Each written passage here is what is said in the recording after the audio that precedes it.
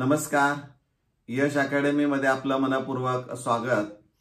मित्रांनो, in house quota, management quota आणि अल्पसंख्याक कोटाच्या अंतर्गत ज्या काही जागावर प्रवेश दिला जातो त्या अनुषंगाने यापूर्वी परिपत्रक काढलेलं होतं, त्याची माहिती आपल्याला दिली होती.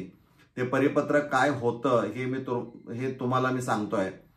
इन हाऊस कोटा आणि अल्पसंख्याक कोटाच्या बाबतीमध्ये त्यांनी स्पष्ट निर्देश दिले होते की आपण 2 ऑगस्ट 2025 पर्यंतच त्या जागावर जे विद्यार्थी प्रवेश घेऊ इच्छित आहेत त्यांना तुम्ही प्रवेश देऊ शकता आणि 2 ऑगस्ट 2025 नंतर त्या शिल्लक जागा सगळ्या कॅपला आपल्याला प्रत्यार्पित कराव्या लागतील. आणि मॅनेजमेंट कोटाच्या बाबतीमध्ये असा उल्लेख होता की आपण 9 ऑगस्ट 2025 पर्यंत त्या जागा भरू शकता, त्यानंतर मात्र त्या शिल्लक जागा सगळ्या कॅपला प्रत्यार्पित करायच्या आहेत, असं हे जुनं परिपत्रक होतं. आता नवीन कालचंच लेटेस्ट आपण म्हणूया, काल 4 तारखेचं परिपत्रक आहे, त्यात त्यांनी स्पेशली अल्पसंख्याकांच्या बाबतीमध्ये बदल केलेला आपल्याला पाहायला मिळतोय.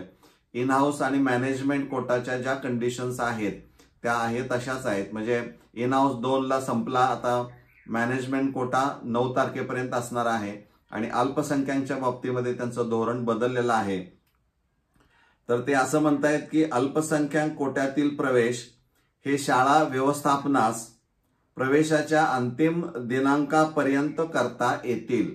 म्हणजे जोपर्यंत प्रवेश चालू आहे तोपर्यंत अल्पसंख्याक कोटा भरता येईल.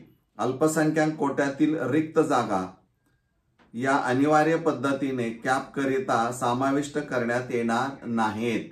म्हणजे तिथं कोणत्याही प्रकारचं प्रत्यार्पित करण्याचं बंधन नाही. अल्पसंख्याक व्यवस्थापनाच्या शाळांमधील अल्पसंख्याक कोट्यातील जागा शेवटच्या फेरीपर्यंत भरण्याची मुभा शाळा व्यवस्थापनास असेल. म्हणजे ज्यांना त्या जागावर क्लेम करायचा आहे, शाळा अल्पसंख्याक कोटा अंतर्गत प्रवेश घ्यायचा असेल तर त्यांना ती एक सुवर्ण संधी आहे. त्यामुळं हे एक त्यासाठी गुड न्यूज आहे असं म्हणायला काही हरकत नाही आहे. त्यामुळं ही जी लेटेस्ट न्यूज असणारी आहे ती आपण इतरांच्या पर्यंत पोहोचवण्याचा प्रयत्न करा. धन्यवाद.